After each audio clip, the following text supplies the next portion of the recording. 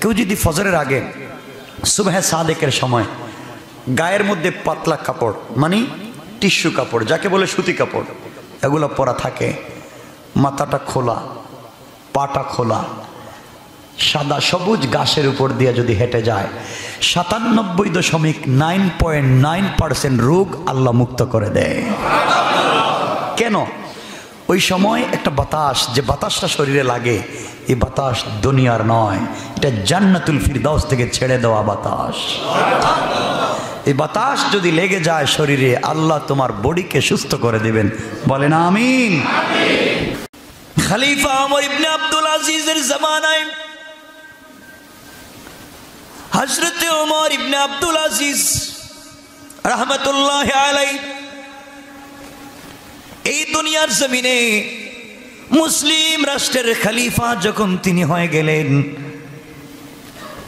তিনি তো এমন খলিফা ছিলেন, এমন ইনসাফ কায়েম করেছিলেন, দুনিয়ার জমিনে এমন ইনসাফ তিনি কায়েম করেছিলেন।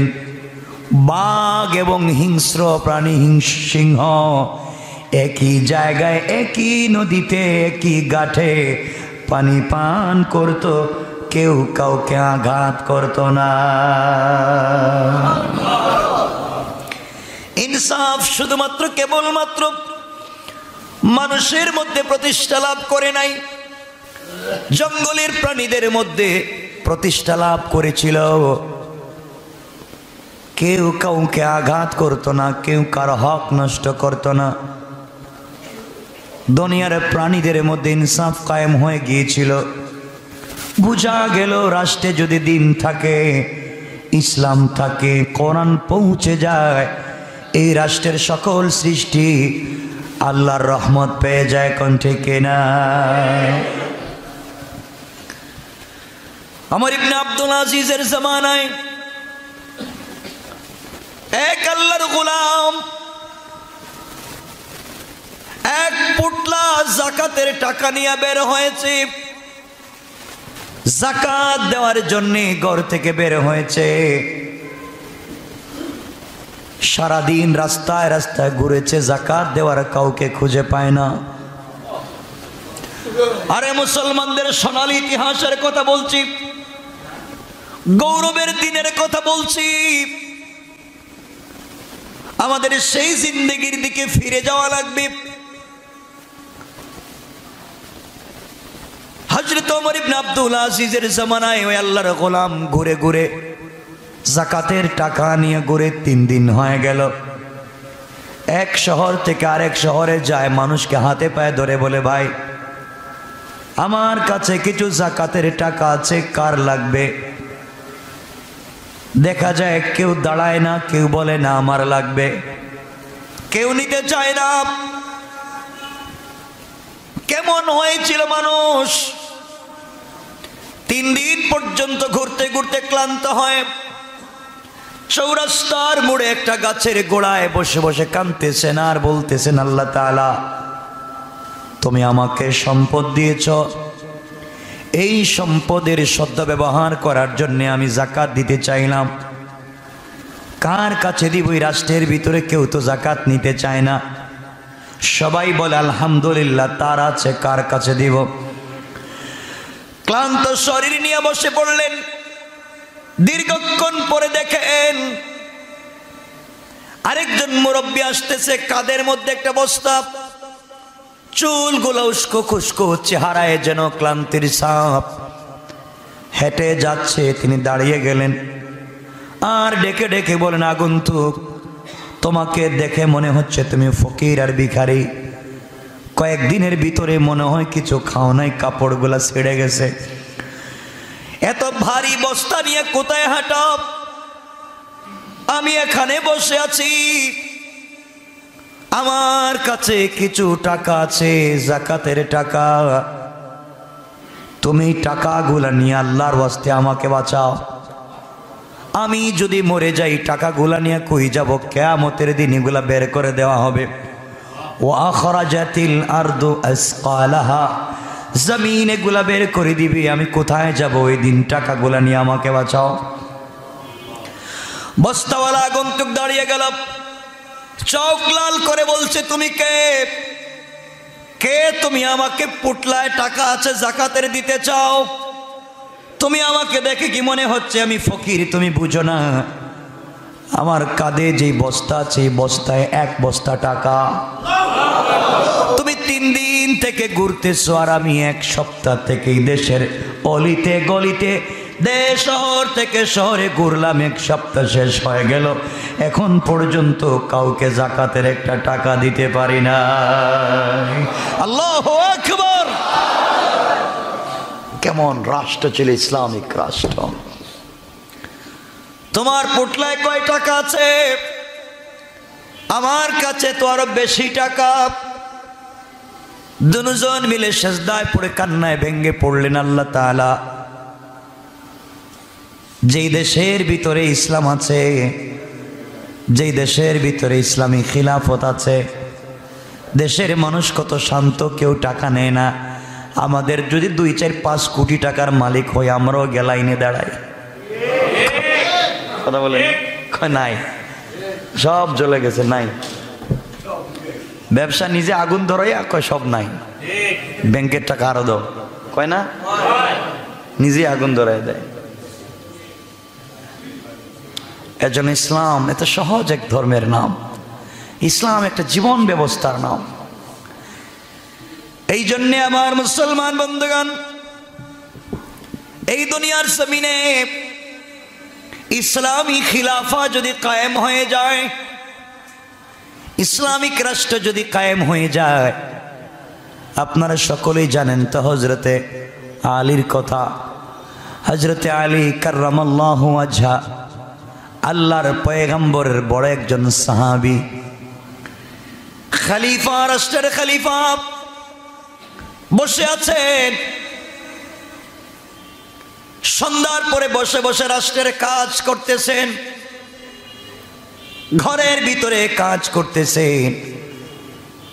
এমন সময় একজন আগন্তুক এসে সালাম দিয়েছে, খলিফাতুল মুসলিমিন আমিরুল মুমিনিন, আমি কি আসতে পারি? আলী বলছেন, ভাই আসো। ঘরে যাওয়ার পরে বলছেন, কেন এসেছো? আমি কিছু কথা আপনার সঙ্গে শেয়ার করতে চাই, বলতে চাই, পরামর্শ নিতে চাই। কি বললেন, ভাই রে, তুমি যে এই পরামর্শগুলা নিবা তোমার ব্যক্তিগত না রাষ্ট্রের? যুবক বলতেছে, ভাই ব্যক্তিগত পরামর্শ। আলী লাইট অফ করে দিলেন, মোমবাতি নিভাইয়া দিলেন, অন্ধকার করে ফেললেন। এবার বললেন, বলো। যুবক ডেকে ডেকে বলছে, ভাই রে, তোমার কাছে এখন বলে লাভ কি? অন্ধকার, এখন কেন বলবো লাইটটা জ্বালাও? আলী ডেকে বলছেন, খবরদার, যে লাইট জ্বালানো ছিল এটা রাষ্ট্রের টাকায়, জনগণের ট্যাক্সের টাকায় লাইট জ্বালানো ছিল, জনগণের কাজ করতেছিলাম। এখন যেহেতু তুমি ব্যক্তিগত কাজে এসেছো, আমি জনগণের মোমবাতি জ্বালাতে চাই না। আল্লাহু আকবার!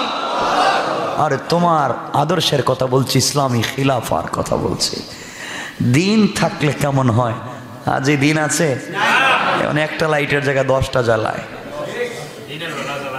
হ্যাঁ, এদিকে মুসাফা করে আর এদিকে হাত থাকে পিছন দিকে, এদিকে দিয়ে দেন, কেউ দেখবে না। ঠিক বললাম না? কেন বুঝেন না ইসলামটাকে? কি করলে বুঝবেন আমি নিজেও জানি না। আমি তো বলতে বলতে একদিন লাঞ্চ বাস্ট মেরে মরে যেতে পারি, কিন্তু আপনাদেরকে আমি বুঝাতে পারতেছি না।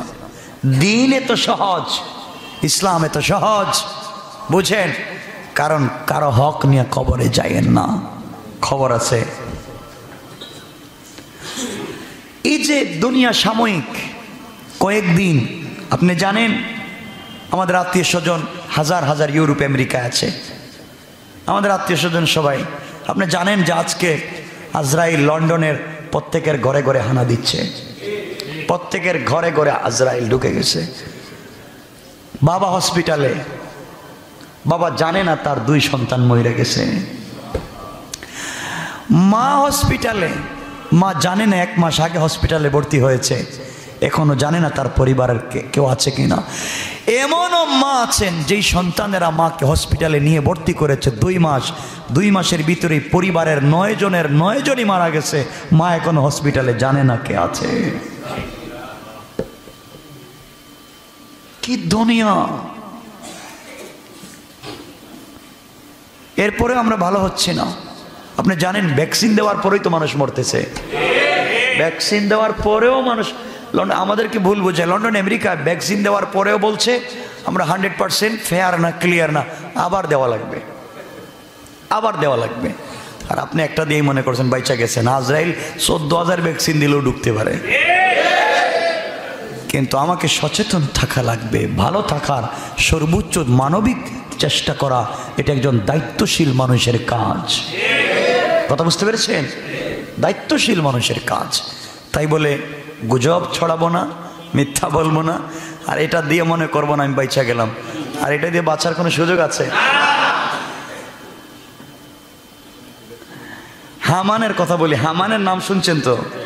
কথায় কথা চলে আসে লম্বা। হামান ফেরাউনের বন্ধু, বন্ধু শুধু কলিজার টুকরা বন্ধু, এমন বন্ধু হামান। তো হামান মরার আগে বলছে আমি যখন মতের টাইম হবে, শুনছি তো আজরাইল নামে নাকি একটা আছে, ওটা ঢুকে যায়, তোমরা আমার গ্লাস ফিটিং করা রুমে ঢুকাই দিও, পুরা গ্লাস, যেন অক্সিজেন না ঢুকে, ভিতর অক্সিজেন রেখা দিও, ওই অক্সিজেন দিয়ে বসবাস করবো, আমি বাহিরে আসার দরকার নাই, আর ও ঢুকতে পারবে না। তোমরা আমাকে গ্লাসের বাহির থেকে ইশারা দিয়ে বলবে কি কি করা লাগবে, আমি ভিতর থেকে ইশারা দিয়ে বইলা দিবি। কথা বুঝেন নাই? তোমরা এইভাবে দেশ চালাও। হামান ঢুকে গেছে গ্লাসের ভিতরে, আজরাইল আসার টাইম হয়েছে, ঠাস করে গ্লাস ভেঙে গেছে। আল্লাহু আকবার বলেন। ঠাস করে গ্লাস ভেঙে গেছে, শেষ। আমি একবার আপনাদেরকে বলেছিলাম এক নারীর কথা, এক পুরুষের কথা, যে তার স্বামীর স্ত্রীর পেট কাটা ছিল। আপনারা হয়তো ভুলে গিয়েছেন, ফেরাউনের জমানার পেট কাটা ছিল এক নারীর। সে আজরাইল থেকে বাঁচার চেষ্টা করেছিল, কিন্তু কেমনে তার মৌত হলো আমি বলেছি, লম্বা কথা, সেদিকে যাব না। তো বোঝাতে চাই, ইসলামী রাষ্ট্র যদি থাকে, রাষ্ট্রে যদি ইসলাম থাকে, সমাজের মানুষ শান্তিতে থাকবে। আমার মুসলমান বন্ধুগণের পর আল্লাহ বলছেন ওয়াকালাল ইনসানু মা লাহা, আল্লাহ বলবেন কি হলো, মানুষ বলবে কি হলো, জমিন কাঁপে কেন, সব কিছু বের করে দেয় কেন। এই দিন তারা বলবে, আল্লাহকে বলবে, আল্লাহ আপনি আমাদেরকে একটু সময় দেন, যে অবস্থা শুরু হয়েছে আমরা কিয়ামতের দিনে দেখতেছি কেউ নাই, বিপদে পড়ে গেছি, সময় দেন। কথা দিলাম, কথা দিলাম, এবার দুনিয়ায় গেলে 1 সেকেন্ডও নাফরমানি করব না, গোটা জিন্দগি তোমার হুকুম মেনে মেনে কবরে আসব। আল্লাহ বলবেন এখন কেন, তোকে বুঝাবার জন্য 30 পারা কোরআন দিলাম, হাজার হাজার উলামায়ে কেরাম সত্য বললেন, কারো কথা মানলে না, এখন এসে আমার কাছে বলতেছি আবার দুনিয়া দেওয়ার জন্যে। আমি আল্লাহ যাকে একবার ধরি তাকে আর ছাড়ি না। কথা বলেন। রাষ্ট্রে যদি ইসলাম কায়েম হয়ে যায়, এই রাষ্ট্রগুলো কেমন হয়ে যায়?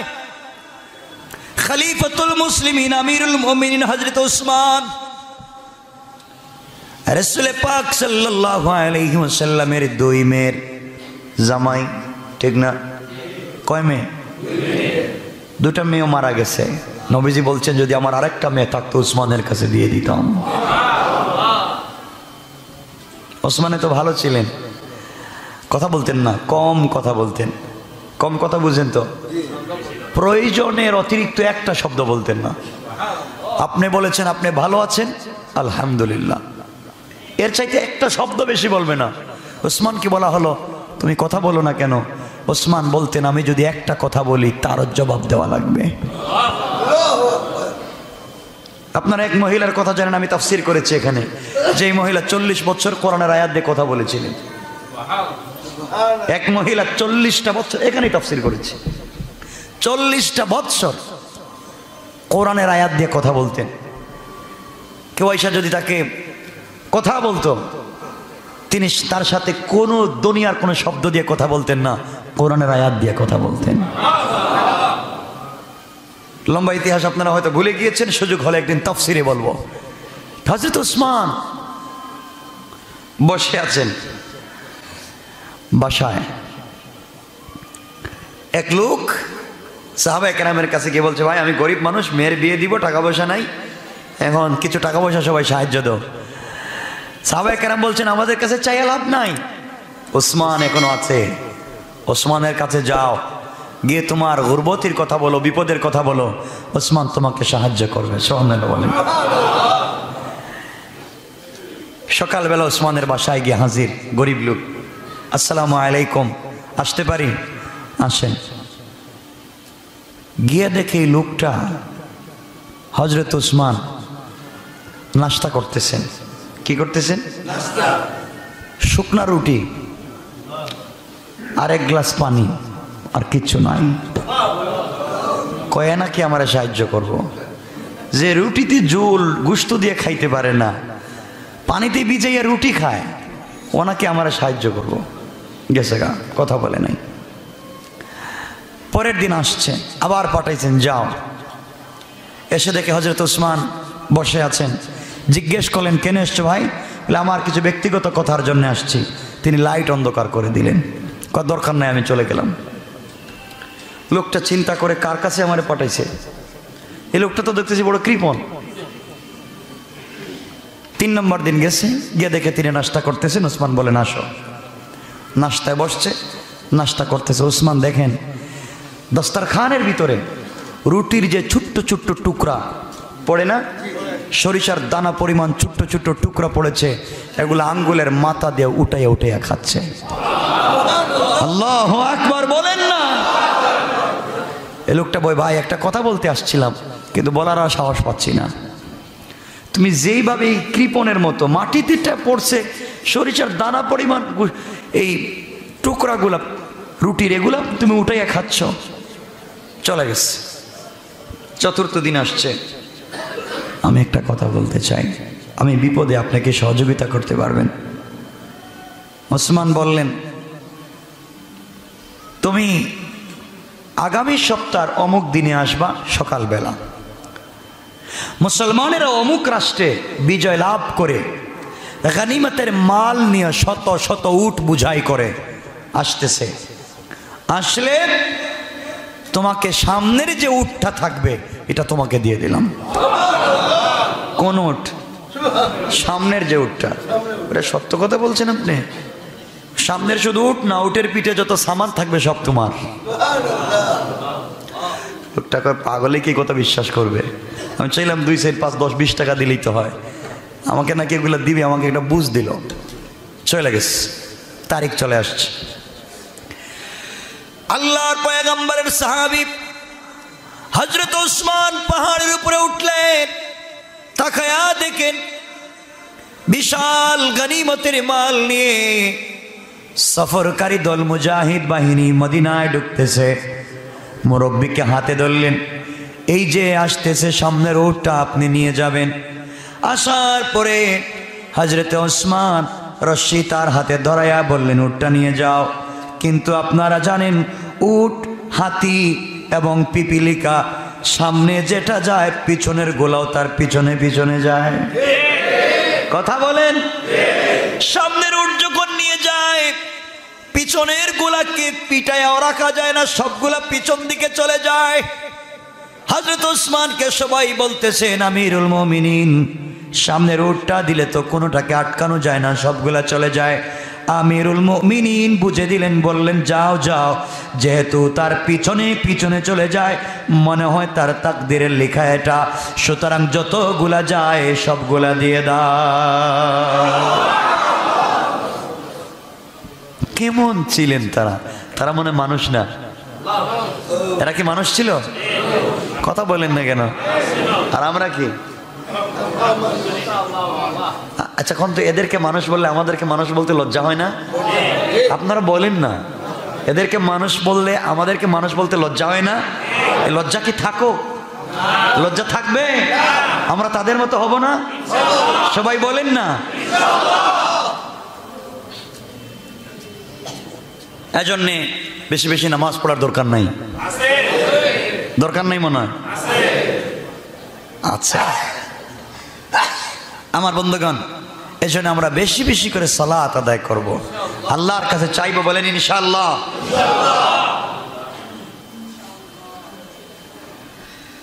আল্লাহ রাব্বুল ইজ্জত ওয়াল জালাল বলেন, ওই দিনে, কিয়ামতের দিনে ভয়াবহ হবে, সিংহায় ফুৎকার হবে, মানুষ কবর থেকে উঠবে, সব মানুষ উলঙ্গ হয়ে উঠবে, পাগলের মতো এদিক সেদিক দৌড়াবে, শুধু দৌড়াবে আর দৌড়াবে, শুধু দৌড়াবে আর দৌড়াবে। এখনো আমাদের সূর্য কোন দিকে ওঠে? কোন দিকে? কিন্তু আপনি জানেন যে একদিন পশ্চিম দিকে উঠবে? জানেন? যেদিন পশ্চিম দিকে উঠবে এই দিন কি আর তওবা কবুল হবে? তওবা কবুল হবে? এখনো তওবা করার সুযোগ আছে, এখনো তওবা করার সুযোগ আছে। সূর্য পশ্চিম দিকে উঠে নাই, এজন্য আমরা আল্লাহর কাছে তওবা করবো ইনশাআল্লাহ। কিয়ামতের মাঠ তো এমন হবে, তামা তামা, পুরো তামার মাঠ। আমরা যেখানে দাঁড়াবো এই এতটুকুনি আমাদের, ওই পায়ের জায়গা যতটুকুন এতটুকুন, পা আপনি নাড়াতে পারবেন না। যেখানে দাঁড়িয়েছেন এখানে দাঁড়াবেন, নিচে তামার জমিন। জমিন কিসের? আর আগুন কেমন গরম জানেন? 40 বৎসর চুলায় আগুন জ্বালালে যত গরম হয় এত গরম হবে এই তামা। এই তামার উপরে আপনার পা, শরীর ঘাম ঝরতে ঝরতে। আপনারা জানেন যে শরীর থেকে যদি বেশি ঘাম ঝরে, বেশি পানি ঝরে, ব্লাড যায়, তাহলে হার্ট অ্যাটাক হয়, হয় না? হার্ট ব্লাড সার্কুলেশন পায় না, অ্যাটাক করে। কিন্তু কিয়ামতের দিনে এত ব্লাড, ঘাম ঝরতে ঝরতে হাঁটু পানি হবে, কোমর পানি হবে, কারো গলা পানি হবে, জিহ্বা বের হয়ে নাভি পর্যন্ত চলে আসবে, কিন্তু আপনার মৌত হবে না, মৌত হবে না। মানুষ দাঁড়িয়ে থাকবে কঠিন জায়গায়। সূর্য লক্ষ লক্ষ লক্ষ লক্ষ মাইল উপরে, আমাদের উপরে না? সূর্যের মুখ হচ্ছে 11টা। কয়টা? 11টা মুখ, সবগুলা মুখ উপর দিকে করা। লক্ষ লক্ষ মাইল উপরে সূর্য, 11টা মুখ, সবগুলো উপর দিকে। এরপরে আমরা গরমে বাঁচতে পারি না, ঠিক না? কিন্তু কিয়ামতের দিনে সূর্য হবে আধ হাত মাথার উপরে, এই যে আধ হাত, লক্ষ লক্ষ মাইল উপরে, এটা হবে আধ হাত। সূর্যের মুখ কোন দিকে? কিয়ামতের দিন মুখ হবে নিচের দিকে। 11টা মুখ থাকবে নিচের দিকে, থাকবে আধ হাত মাথার উপরে। আপনার আমার মগজ বাতের ফ্যানের মতো উতরাতে থাকবে, মত হবে না। কাউকে পাবেন না ওই দিন। আপনি আমি পেরেশান। এই দিনের কষ্ট কি আপনারা চান? আল্লাহ বলছেন ওই দিনও আমি কিছু মানুষকে কষ্ট দিব না, তাদেরকে কিয়ামতের মাঠ থেকে সরাইয়া আমার আরশে আজিমের ছায়ার নিচে জায়গা দিব, যেখানে এয়ার কন্ডিশন করা থাকবে। সুবহানাল্লাহ, কষ্ট দিব না। চিন্তা করেন তো, এই দিনের কথা একটু চিন্তা করেন। আল্লাহর কাছে আমরা আজকে চাইবো, আল্লাহ তুমি আর যাই করো, তুমি আমাদের মাইরে ফেলাও, তোমার যা মন চায় আমাদের সাথে ব্যবহার করো, কোনো আপত্তি নাই। বলতে পারবেন না? বলবেন আল্লাহ তোমার যা ভালো লাগে আমাদের সাথে করো, তুমি যা খুশি আমাদের সাথে করো, কিন্তু কিয়ামতের দিন আমলনামা বাম হাতে দিও না। কিয়ামতের দিন আমলনামা বাম হাতে দিও না। তোমার যা ভালো লাগে দুনিয়ায় আমাদের সাথে ব্যবহার করো, কারণ বাম হাতে যদি আমলনামা চলে যায় কেউ বাঁচাবে না, কেউ বাঁচাবে না। নবীরও পাইবেন না, সুপারিশ করবেন না, মা বাপকেও পাবেন না, কেউ না। বাম হাতে আমলনামা দেখবার পরে তোমাকে কেউ চিনবে না। এজন্য আল্লাহর কাছে আমরা বলবো, আল্লাহ যা করেছি করেছি, সব তুমি জানো আর আমি জানি। আয় আল্লাহ, সব কিছুর জন্য তোমার কাছে মাফ চাই, তুমি সব শাস্তি দিতে পারো, কিন্তু আমলনামা বাম হাতে দিও না। পারবো না বলতে? মনে রাখবেন, আপনার বডিতে শক্তি আছে, সামর্থ্য আছে, এগুলা থাকবে না, এগুলা থাকবে না, কিচ্ছু থাকবে না, কবরে যাওয়া লাগবে। এই জন্য আল্লাহর ওয়াস্তে ভাই, আল্লাহর ওয়াস্তে আরেকটা জিনিস, 1 নম্বর আল্লাহর কাছে আমরা প্রত্যেক দিন দোয়া চাইবো যে আমলনামা যেন বাম হাতে না দেয়। কথা বলেন না, পারবেন না? আরেকটা জিনিস চাইবো, আল্লাহ তুমি আমাদের কাছে হিসাব চাইও না, হিসাব চাইও না। আপনি যত বড় নবী হন, যত বড় ওলি হন, যদি আল্লাহ হিসাব চায় মনে করবেন আপনি বিপদে। হিসাব চাওয়া মানি আপনি বিপদে। এমন একজন মানুষ দেখেন পৃথিবীতে যিনি হিসাব দিতে পারবেন, আছে কেউ? আরে রসুল, রসুল আমার নবীও বলছেন, আমি জানি আল্লাহ যদি আমাকে জিজ্ঞাসা করে আমিও হিসাব দিতে পারবো না। তুমি আর আমি কে? এই জন্য আল্লাহর কাছে আমাদের চাওয়া, আল্লাহ আমাদের কাছে হিসাব চাইও না, আমলনামা বাম হাতে দিও না। সবাই পড়েন আমিন।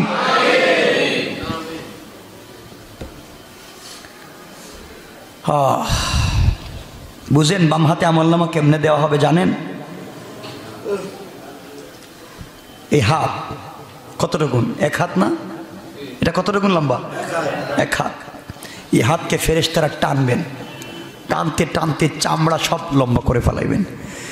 খুব শান্তিতে না টানবেন তো আপনার কলিজা ছিঁড়ে আওয়াজ আসবে। তাই না, এই হাতকে ইচ্ছা করে বুকটা ফাইড়া বুকের ভিতর দিকে ঢুকায় দিবে। ঢুকায় এই হাতকে পিছন দিকে নিবে, নিয়ে বলবে এই আমলনামা হাতে নে, এখন আমলনামা হাতে নে, এখন পড়। একদিকে হাতের ব্যথা, অপরদিকে কলিজা ছেঁড়া, কলিজা ছিদ্র হওয়া ব্যথা, অপরদিকে পিছন দিকে হাত। আমলনামা পড়ার কোনো সুযোগ আছে? আল্লাহর কাছে ফেরেশতারা বলবে আল্লাহ ওর হাত পিছন দিকে, মুখ সামন দিকে, তুমি বলো কেমনে করব? আর আমলনামাকে আমরা আইনা দিব? আল্লাহ কয় না, ওর সাথে কোনো কথা নাই, ওর ঘাড় পিছন দিকে মটকায়া দে। ঘাড় পিছন দিকে করা হবে। কি বুঝছেন? শুধু কার চিনলেন তো? আল্লাহ রহমান, আল্লাহর নাম কাহার, আল্লাহর নাম কাহার, আল্লাহর নাম জব্বার। আল্লাহ বলছেন আমার যত দয়া আছে এমন আমি শক্ত, কাউকে ধরে ফেললে আর কথা বলবো না। হাত ভেঙ্গে যখন বুকের ভিতরে ঢুকায় দেয়া হবে, হাতের ব্যথা বুঝতেছেন? এরপরে বলা হবে পড়, ঘাড় মটকায় দেয়া হবে। আল্লাহ নিজে বলবেন ইকরা, পড় কিতাবাকা, তোর আমলনামা। গোলাম তাকায় দেখবে আল্লাহ বলছেন আমার এই সূরায় লাস্টে, তাফসীর করার সময় নেই, আল্লাহ বলছেন রাগে ফামান ইয়ামাল মিসকালা যাররাতিন খায়রান ইয়ারা, যে সরিষা দানা পরিমাণ নেক আমল করেছে তা ওই দিন পাবে। আমি আল্লাহ তার সামনে সরিষার দানা পরিমাণ নেক আমল হাজির করব। এরপরে বলছেন ওয়া মান ইয়ামাল মিসকালা যাররাতিন শাররান ইয়ারা, আল্লাহ বলছেন যে সরিষা দানা পরিমাণ গুনার কাজ করবে তাও আমি তার সামনে হাজির করব। এখন চিন্তা করেন, সরিষার দানা পরিমাণ গুনাহ করলে যদি হাজির করেন, তোমার আমার আমলনামায় কত গুনাহ, কত গুনাহ, কত গুনাহ। এগুলো হাজির করলে কেমনে মুখ দেখাবেন? কেমনে মুখ দেখাবেন? আল্লাহ বলবেন ইকরা কিতাবাকা কাফা বিনফসিকা আল-ইয়াওমা আলাইকা হাসিবা। কেউ নাই, কেউ থাকবে না, কসম আল্লাহর, কেউ আপনাকে, আপনার ছেলে দেখবে আপনার হাত ভাঙ্গা, বুকের ভিতর দিয়ে পিছন দিকে ছেলে চলে যাবে, স্ত্রী চলে যাবে, মা বাপ চলে যাবে, অথচ আপনি দুনিয়ায় কেউ বিপদে পড়লে কেউ একটা থাপ্পড় দিলে সবাই হাজির, মারলে কেন কিন্তু ওই জায়গায় কেউ দেখবে না। এজন্য আল্লাহর কাছে চাইবো আল্লাহ যেন আমাদেরকে হেফাজত করেন। আমিন পড়েন আমিন।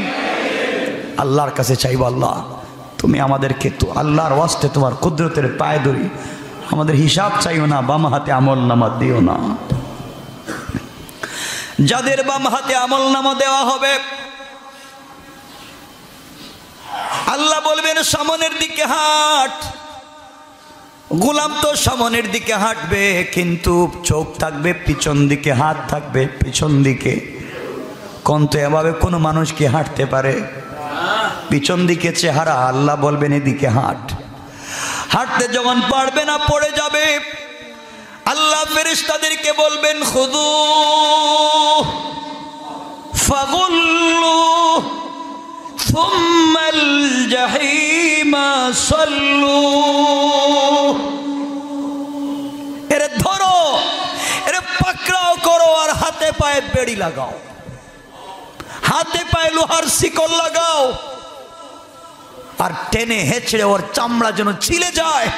কিয়ামত মতে টাইনা টাইনা তোমরা নিয়ে যাও পুলসিরাতের ঘাটে।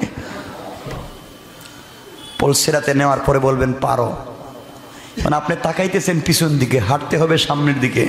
বলেন ভাই পার হওয়া যাবে? পার হওয়া যাবে? কেমনে সে আল্লাহকে ভুলে যাও? কোনো পথ নাই, এই দিন কোনো পথ নাই বাঁচার। এই দিনের ভয়াবহতা থেকে আল্লাহ আমাদেরকে বাঁচাক। সবাই দিল থেকে পড়েন আমিন। আপনারা সবাই নামাজি হন। মা বোনদেরকে বলবেন, আমার মায়েদেরকে বোনদেরকে বাসায় গিয়ে বলবেন খাবার 1 ঘন্টা পরে হলেও খেতে পারবেন। নামাজ পড়ে আপনি রান্না করেন, পারবেন না? নামাজ পড়েন, আপনি রান্না করেন। আপনি ঘরে গিয়ে বলবেন আমি 1 ঘন্টা পরে নাস্তা করলে হবে, তুমি আগে নামাজ আদায় করো।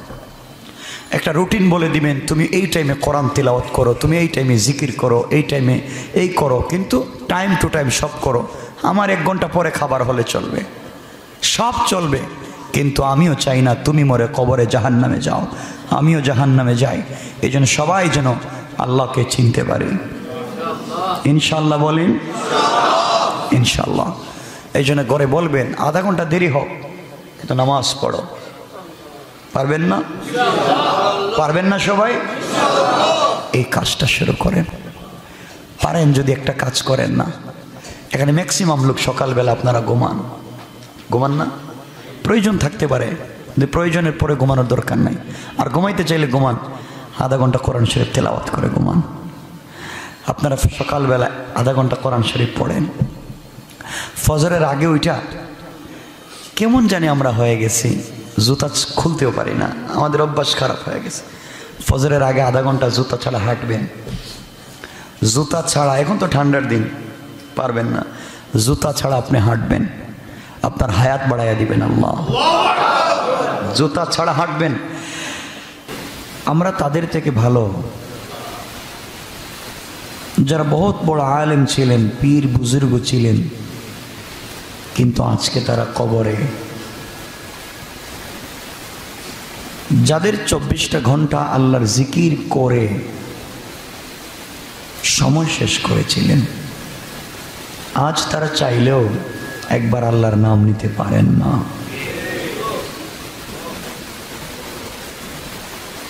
তারা চাইলেও মসজিদে এসে 2 রাকাত নামাজ পড়তে পারেন না। এই সুযোগটা এখনো আমার আছে, আপনার আছে। এই জন্য সবাই আওয়াজ করে অন্তরের সবটুকুন ভালোবাসা মহান মুনিবের জন্য উজাড় করে সবাই পড়ছে আলহামদুলিল্লাহ। কথা শুরু করছি আপনাদেরকে একটা কথা বলে। আপনারা আমরা জানি না, গোলাম যখন সেজদায় পড়ে যায় তখন সে ফিস ফিস করে তার মনের কথাগুলো বলে। কেউ জানে না, কেউ বুঝেও না, তার পাশের কেউ জানে না তার গোলাম সেজদায় পড়ে কি বলতেছে। আরশে আজিমের মালিক আল্লাহ বলেন, আমি আরশে আজিম থেকে আমার কানে শুনি গোলাম সেজদায় কি বলে, ফিস ফিস করে কানে কানে কথা বলে। কেউ জানে না, আমি আল্লাহ জানি। এজন্য মনের কথা বলার সবথেকে উত্তম মাধ্যম হচ্ছে সালাতের সেজদা। কথা বুঝতে পেরেছেন? মনের সব ব্যথা কষ্ট বলার জায়গা হচ্ছে সালাত। আল্লাহ কেন 5 ওয়াক্ত নামাজ দিলেন? আল্লাহ বোঝাতে চাচ্ছেন, গোলাম ফজর থেকে নিয়ে জোহর পর্যন্ত তোর মনে যত ব্যথা কষ্ট জমা হয়েছে, আমাকে ফ্রি পাচ্ছিস না যে আমার কাছে একবার বলবে তুই সেজদায় আয়, সেজদায় পড়ে যা, আর আমার কাছে কানে কানে বল, আমি আরশে আজিম থেকে সব শুনব। এজন্যে নামাজ হচ্ছে মালিকের সঙ্গে কথা বলার সবথেকে উত্তম মাধ্যম। এই সুযোগ আছে না আমাদের? বলেন। এজন্য আপনাদেরকে বলবো, যেখানে থাকেন, যে অবস্থায় থাকেন, যে কোনো অবস্থায় যে কোনো জায়গায় থাকেন, আপনি নামাজকে ভুলে যাবেন না। পারবেন না ইনশাআল্লাহ? আপনি ভুলে গিয়েছেন, কিন্তু আপনার মুনিব আপনাকে ভুলে যায় নাই। ঠিকই টাইম মতো আপনাকে ডেকে বলছে, হাইয়া আলাস সালাহ, হাইয়া আলাল ফালাহ, আসো কল্যাণের দিকে, আসো আসো। মুনিব আর মালিকের সব থেকে উত্তম নিদর্শন হচ্ছে মুনিব তার রুবুবিয়ত প্রকাশ করা, গোলাম তার গোলামি প্রকাশ করে মুনিবের পায়ে সেজদার মাধ্যমে। ঠিক না? সেজদার মাধ্যমে পড়ে গেল। দেখেন, কারোর সামনে মাথা নত করা যায় না। আপনি আমি জানি না। দুঃখ হচ্ছে ওই জায়গায় যে আমরা জানি না মুনিবকে। আচ্ছা বলেন তো, পৃথিবীর সকল প্রাণী যখন খাবার গ্রহণ করে তখন তার মাথাটা কোন দিকে থাকে? একটু চিন্তা করেন তো, কোন দিকে? গরু যখন ঘাস খায় উপর দিয়া না নিচ দিয়া? ছাগল যখন ঘাস খায় উপরে না নিচে? পৃথিবীর সকল সৃষ্টি, সকল প্রাণী খাবার খেতে তার মাথাকে নিচু করে। আল্লাহ বলছেন, গোলাম তোর মাথার অনেক দাম আমার কাছে, এজন্য তোর মাথা শুধুমাত্র কেবলমাত্র নিচু হয় আমি আল্লাহর কদমে। এজন্য খাবার খেতেও তোর মাথাকে নিচু করি না, হাতটা তোর মুখের কাছে নিয়ে আসি, খাবারের জন্য তোর মাথাটা নিচু না হয়ে যায়। খাবার যার মাধ্যমে তুই বেঁচে থাকিস ওখানেও যেন তার মাথাটা নিচে না যায়। এজন্যে খাবারের যে সুন্নত তরিকা আছে, আপনি খাবার খাবেন প্লেট নিচে, প্লেটে কি মুখ লাগাই আমরা খাই না? ভাত হাতে, খাবার হাতে নিয়ে এরপরে মুখে দেই। আল্লাহ বলছেন মাথাটা সোজা রাখিস, ওখানেও মাথাটা নোয়াতে পারবে না। আল্লাহু আকবার বললেন।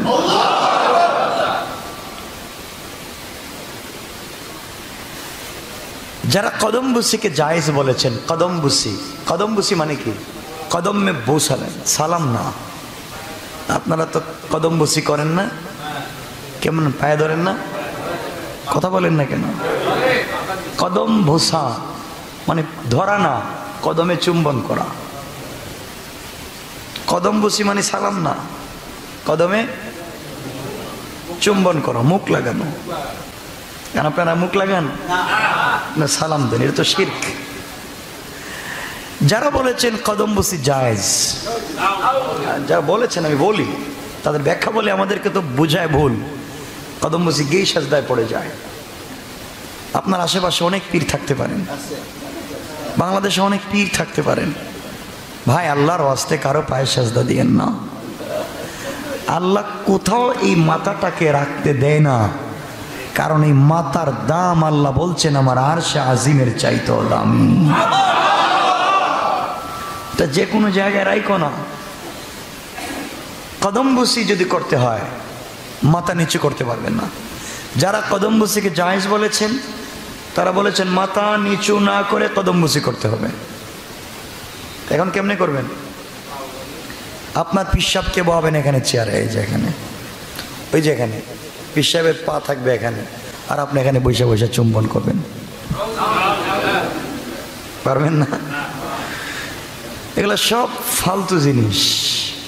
মনে রাখবেন, দুনিয়ার কারো সামনে মাথাটাকে ততটুকুন অবনত করা যায় না যতটুকুন মাথা নত করতে হয় রুকুতে।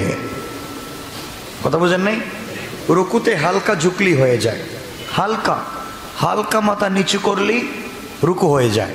সুন্নত হচ্ছে সোজাসুজি হওয়া, কিন্তু হালকা ঝুঁকে পড়লেই রুকু আদায় হয়ে যায়। এই জন্য কখনো কোনো কাজে কারো সামনে সম্মানপূর্বক মাথা নিচু করা যাবে। মাথা নিচু হবে কার সামনে? সবাই বলেন আল্লাহর সামনে। মনের কথা আল্লাহকে খুলে বলবেন। আমি যে সূরা পড়েছি সূরা জিলজাল, এই সূরাটা মদিনায় অবতীর্ণ হয়েছিল। সূরার আয়াত সংখ্যা হচ্ছে 8টা। আল্লাহ বলছেন ইদা জুলজিলাতিল আরদু জিলজালাহা, যখন এই পৃথিবীটা কম্পনের মাধ্যমে প্রকম্পিত হবে, অর্থাৎ ভূমিকম্প হবে। আপনারা জানেন পৃথিবীর ঝুঁকিপূর্ণ শহরের উন্নত শহর হচ্ছে ঢাকা শহর, ঠিক না? যতটা শহর ঝুঁকিপূর্ণ ভূমিকম্পের জন্য, এর মধ্যে সবথেকে ঝুঁকিপূর্ণের তালিকায় বাংলাদেশ ঢাকা শহর অন্যতম, ঠিক বললাম না? আর এই ঢাকার মধ্যে পুরান ঢাকা আরো ঝুঁকিপূর্ণ। আমরা তো বুঝি না, 2-3 সেকেন্ডের ভূমিকম্পে কত হাজার বাড়িঘর ভেঙে যায়। আর কিয়ামতের আগে যেদিন সিংহায় ফুঁক দেওয়া হবে, সেই দিন গোটা পৃথিবী, এই যে আসমান দেখতেছেন, আসমান তোলার মতো উড়ে যাবে। তোলা তোলা, কেউ বাঁচাতে পারবে না। যেই দিন সূর্যের আলো নিভে যাবে, সূর্য আলো দিবে না, চন্দ্র ভেঙ্গে জমিনে পড়ে যাবে, গোটা জমিন ভেঙ্গে চুরে চুরমার হয়ে সাগর নদী সব সমান হয়ে মাঠ হয়ে যাবে। মাঠ, মানুষ শুনবে এটা আওয়াজ হচ্ছে, ওদিকে দৌড় দিবে। পশ্চিম দিক থেকে আওয়াজ আসছে, পূর্ব দিকে দৌড় দিবে। কিছু দূর যাওয়ার পরে দেখবে পূর্ব দিক থেকেও আওয়াজ আসছে। এই আওয়াজ শুধুমাত্র কেবলমাত্র কোনো আওয়াজ নয়, যার মধ্যে থাকবে বিষাক্ত বিষ। এই সিংহার ফুৎকারে থাকবে বিষাক্ত বিষ। আওয়াজ যখন হবে মানুষ সহ্য করতে পারবে না, কলিজা ফেটে যাবে। এই দিনের কথা আপনি মনে করেন, এই দিন আপনার আসবে, আমার আসবে না? আসবে না? এই দিনকে একটু ভাবেন। সিংহায় যখন ফুঁক দেওয়া হবে, আল্লাহর পরের আয়াতে বলছেন ওয়া আখরাজাতিল আরদু আসকালাহা,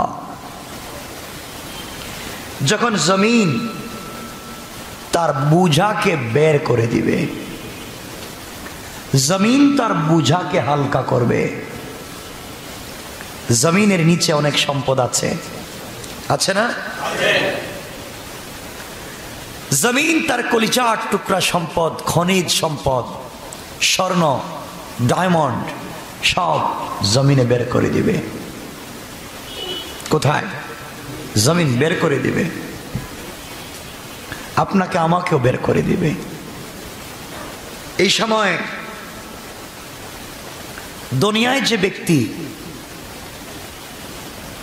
সম্পদের জন্য কাউকে হত্যা করেছিল, দুনিয়ার সম্পদের জন্য কাউকে হত্যা করেছে, কাউকে মেরেছে, কাউকে গালি দিয়েছে, কাউকে আঘাত করেছে, দালালি করেছে, নিমক হারামি করেছে, বেঈমানি করেছে, ধোঁকাবাজি করেছে দুনিয়ার সম্পদের জন্য, সে দেখবে তার সামনেই তো সব সম্পদ পড়ে আছে।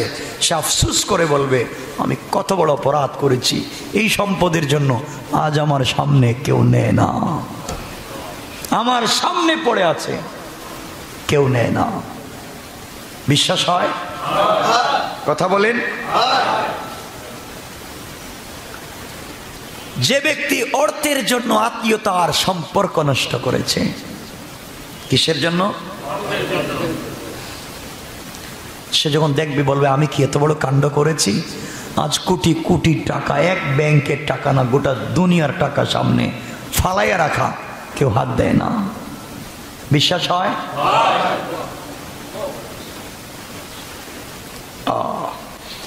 যে ব্যক্তি চুরি করার অপরাধে হাত কাটা গিয়েছিল, তার এক হাত কাটা সে উঠেছে, দেখবে সম্পদ তার সামনে, আর এই টাকার জন্য কি আমি চুরি করেছিলাম, এই টাকার জন্য কি আমি চুরি করেছি। সুতরাং এই দিন আমাদের সামনে আসছে, আসবে না? কথা বলেন, এই দিনের ভয় আছে আপনাদের? দেখেন, সমাজে গরিবদেরকে ধনী বানাবার জন্যে আল্লাহ যে অর্থের ব্যবস্থা করেছিলেন, যাকাত ভিত্তিক অর্থ ব্যবস্থা। কি ভিত্তিক?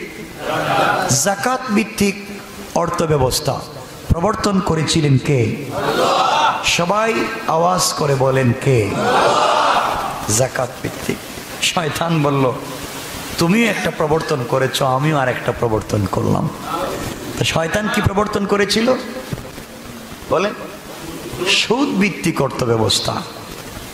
তো যাকাত আর সুদ এক জিনিস। আপনারা তো সুদের নামটাই পাল্টাইয়া দিচ্ছেন, ইন্টারেস্ট না? কেউ ইন্টারেস্ট করছেন, কেউ আরো কত নাম দিচ্ছেন, আমি এগুলোর নাম বলবো না। শুনেন, সুদ গরিবদের কাছ থেকে নেওয়া হয়, ধনীদেরকে দেওয়া হয় না, ঠিক না? সুদ কার কাছ থেকে নেওয়া হয়? গরিবে দেয়। কারে দেয়? গ্রামীণ ব্যাংক ধনী না গরিব? কথা বলেন, ধনী। যারা 10,000 টাকা ঋণ দিছে সে গরিব না ধনী? গরিব। তাহলে এই গরিবের কাছ থেকে লাভ নিয়ে ধনীরে দেয়, ঠিক না? আপনি আজকে বাংলাদেশের যে কোনো একটা দামি ব্যাংকে যাবেন, গিয়ে বলবেন আমাকে 10 কোটি টাকা ঋণ দেন, আপনাকে মারতেও পারে। কথা বলেন, কেন মারবে? ব্যাংক তাকেই টাকা দেয় যার কাছ থেকে রিটার্ন পাওয়ার আশা করে। কথা বলেন, যে রিটার্ন দিতে পারবে লাভে এবং আসলে, তাকেই টাকা দিবে। তাহলে গরিবরে দেয় না ধনীরে দেয়? তাইলে এই পুঁজিবাদ সমাজ ব্যবস্থায় ধনী কেবল ধনী হয়, গরিব শুধু গরিব হয়। কথা বলেন, ঠিক না? এই পলিসি কার? সবাই বলেন না কার? শয়তানের। কার? শয়তানের। শয়তান এই পলিসি আবিষ্কার করেছে। দেখেন না, আপনি বিপদে পড়েছেন, ব্যাংকে যান, গিয়া বলেন আমাকে টাকা দেন, কই নাই। কিন্তু ওই যে যদি এখানে হাজি সাহেব যায়, দরবেশ সাহেব যায়, কবে দিকে আসেন, পুরো ব্যাংকটাই নিয়ে যান আপনি। ঠিক বললাম না? কারণ জানে ওর কাছ থেকে লাভে আসলে আদায় করতে পারবে। তাহলে ব্যাংক তাকেই টাকা দেয় যে ধনী, যে মানে যার আছে, যার মাথায় তেল আছে তাকেই তেল দেয়। ঠিক বললাম না? যার নাই তারে কথাও বলে না। আর যদি আপনি গ্রামীণ ব্যাংক, আশা, কারিতাস, এনজিও সংস্থার থেকে টাকা এনে দিতে না পারেন, তাইলে ঘরের টিনের চালও খুলে নিয়ে যেতে পারেন। ঠিক বললাম না? এটা হচ্ছে পুঁজিবাদ। আমাকে দাও, তুমি নিঃস্ব হয়ে যাও, আমাকে দাও। এই এনজিও সংস্থাগুলো যে ঋণ দেয়, মোটামুটি 50% উপরে সুদ নেয়।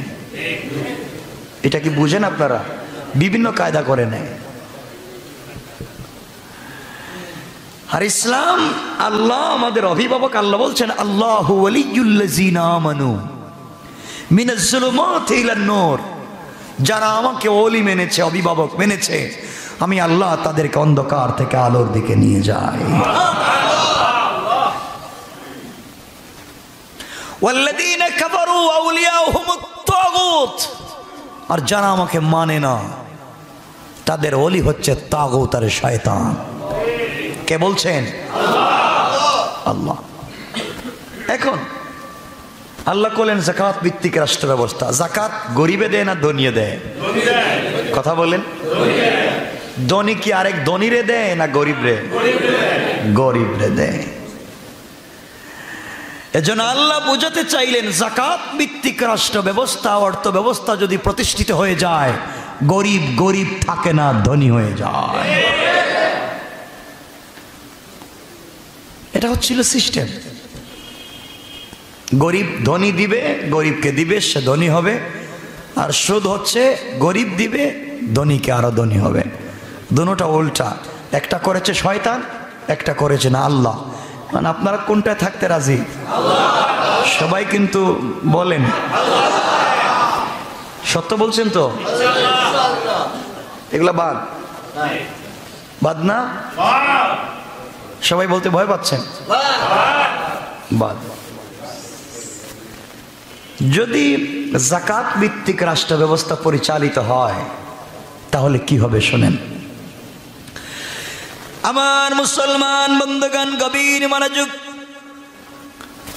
আল্লাহর পয়গম্বর, আখিরি জামানার নবী জনাবে মুহাম্মদুর রাসূলুল্লাহ সাল্লাল্লাহু আলাইহি ওয়াসাল্লামের ইন্তেকালের পরে খলিফা ওমর ইবনে আব্দুল আজিজের জামানায় হযরত ওমর ইবনে আব্দুল আজিজ রাহমাতুল্লাহি আলাইহি এই দুনিয়ার জমিনে মুসলিম রাষ্ট্রের খলিফা যখন তিনি হয়ে গেলেন, তিনি তো এমন খলিফা ছিলেন, এমন ইনসাফ কায়েম করেছিলেন দুনিয়ার জমিনে, এমন ইনসাফ তিনি কায়েম করেছিলেন।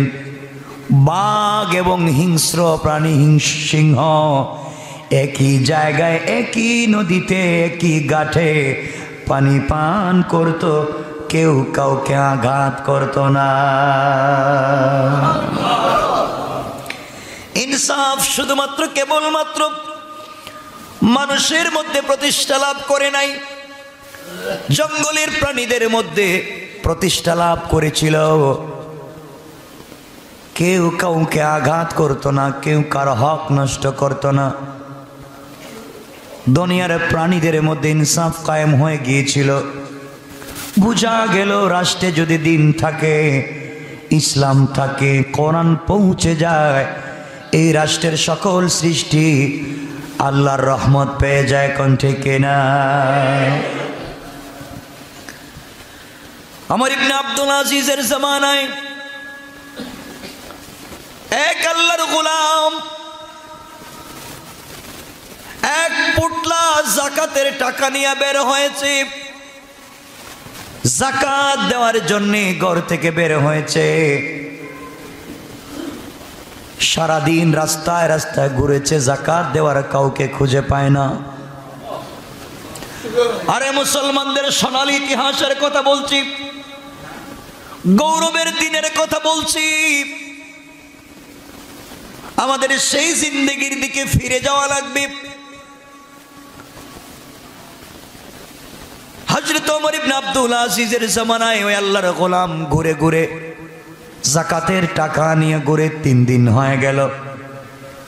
এক শহর থেকে আরেক শহরে যায়, মানুষকে হাতে পায়ে ধরে বলে, ভাই আমার কাছে কিছু যাকাতের টাকা আছে, কার লাগবে? দেখা যায় কেউ দাঁড়ায় না, কেউ বলে না আমার লাগবে, কেউ নিতে চায় না। কেমন হয়েছিল মানুষ? 3 দিন পর্যন্ত ঘুরতে ঘুরতে ক্লান্ত হয়। চৌরাস্তার মোড়ে একটা গাছের গোড়ায় বসে বসে কাঁদতেছেন আর বলতেছেন, আল্লাহ তাআলা তুমি আমাকে সম্পদ দিয়েছ, এই সম্পদের সদ্ব্যবহার করার জন্য আমি যাকাত দিতে চাইলাম। কার কাছে দিব? এই রাষ্ট্রের ভিতরে কেউ তো যাকাত নিতে চায় না। সবাই বলে আলহামদুলিল্লাহ তার আছে, কার কাছে দিব? ক্লান্ত শরীর নিয়ে বসে পড়লেন। দীর্ঘক্ষণ পরে দেখেন আরেকজন মুরব্বী আসতেছে, কাঁধের মধ্যে একটা বস্তা, চুলগুলো উস্কো খুস্কো, চেহারায় যেন ক্লান্তির ছাপ।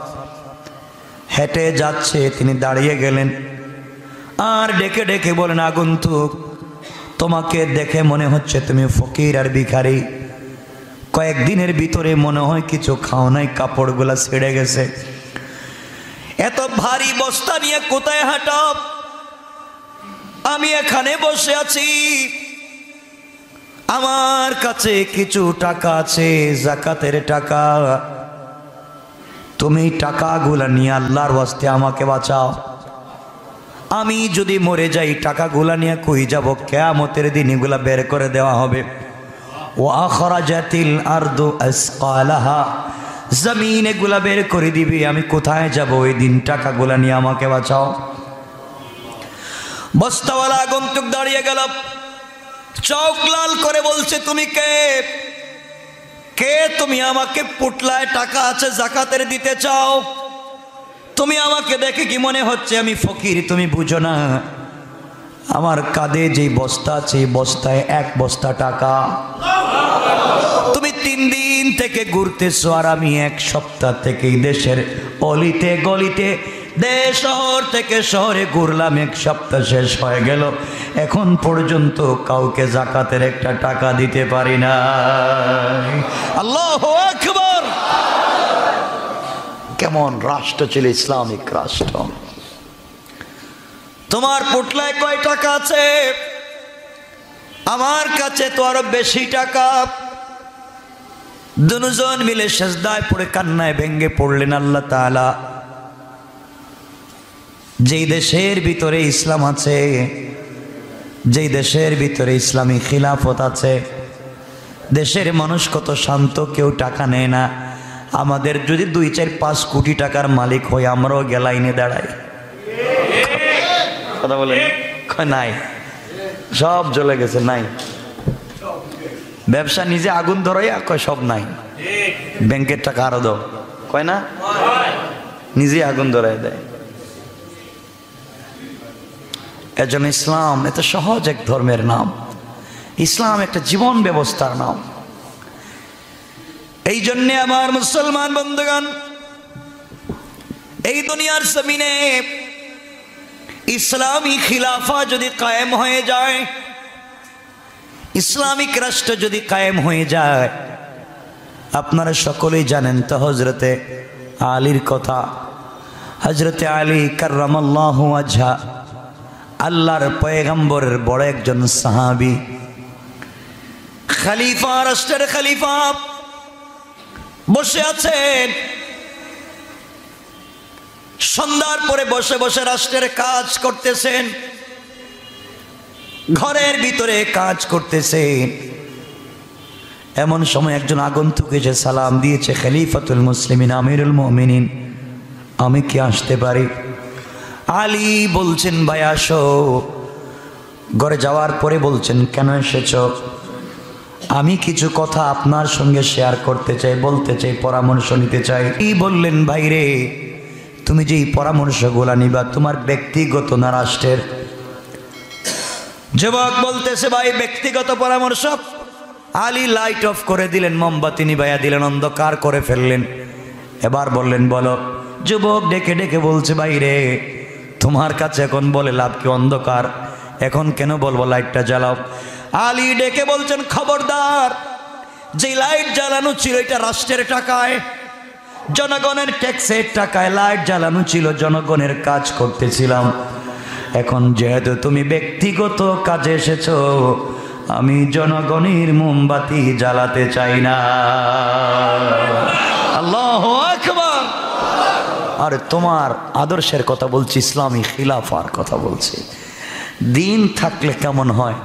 আজ এই দিন আছে, এখন একটা লাইটের জায়গায় 10টা জ্বালায়। হ্যাঁ, এদিকে মুসাফা করে আর এদিকে হাত রাখে পিছন দিকে, এদিকে দিয়ে দেন, কেউ দেখবে না। ঠিক বললাম না? কেন বুঝেন না ইসলামটাকে? কি করলে বুঝবেন আমি নিজেও জানি না। আমি তো বলতে বলতে একদিন লাঞ্চ বাস্ট মেরে মরে যেতে পারি, কিন্তু আপনাদেরকে আমি বুঝাতে পারতেছি না। দিন এত সহজ, ইসলাম এত সহজ, বুঝেন? কারণ কারো হক নিয়ে কবরে যাইয়েন না, খবর আছে। এই যে দুনিয়া সাময়িক কয়েকদিন, আপনি জানেন আমাদের আত্মীয় স্বজন হাজার হাজার ইউরোপ আমেরিকা আছে, আমাদের আত্মীয় স্বজন সবাই। আপনি জানেন যে আজকে আজরাইল লন্ডনের প্রত্যেকের ঘরে ঘরে হানা দিচ্ছে, প্রত্যেকের ঘরে ঘরে আজরাইল ঢুকে গেছে। বাবা হসপিটালে, বাবা জানে না তার 2 সন্তান মরে গেছে। মা হসপিটালে, মা জানে না 1 মাস আগে হসপিটালে ভর্তি হয়েছে, এখনো জানে না তার পরিবারের কেউ আছে কিনা। এমনও মা আছেন যেই সন্তানেরা মাকে হসপিটালে নিয়ে ভর্তি করেছে 2 মাস, 2 মাসের ভিতরেই পরিবারের 9 জনের 9 জনই মারা গেছে। মা এখনো হসপিটালে জানে না কে আছে। কি দুনিয়া! এরপরে আমরা ভালো হচ্ছে না। আপনি জানেন ভ্যাকসিন দেওয়ার পরেই তো মানুষ মরতেছে, ভ্যাকসিন দেওয়ার পরেও মানুষ। লন্ডন আমাদেরকে ভুল বোঝায়, লন্ডন আমেরিকা ভ্যাকসিন দেওয়ার পরেও বলছে আমরা 100% ফেয়ার না, ক্লিয়ার না, আবার দেওয়া লাগবে, আবার দেওয়া লাগবে। আর আপনি একটা দিয়েই মনে করছেন বাইচা গেছেন। আজরাইল 14,000 ভ্যাকসিন দিলেও ঢুকতে পারে। কিন্তু আমাকে সচেতন থাকা লাগবে, ভালো থাকার সর্বোচ্চ মানবিক চেষ্টা করা, এটা একজন দায়িত্বশীল মানুষের কাজ। কথা বুঝতে পেরেছেন? দায়িত্বশীল মানুষের কাজ। তাই বলে গুজব ছড়াবো না, মিথ্যা বলবো না, আর এটা দিয়ে মনে করবো না আমি বাইচা গেলাম, আর এটা দিয়ে বাঁচার কোনো সুযোগ আছে? হামানের কথা বলি। হামানের নাম শুনছেন তো? কথায় কথা চলে আসে লম্বা। হামান ফেরাউনের বন্ধু, বন্ধু শুধু কলিজার টুকরা বন্ধু, এমন বন্ধু হামান।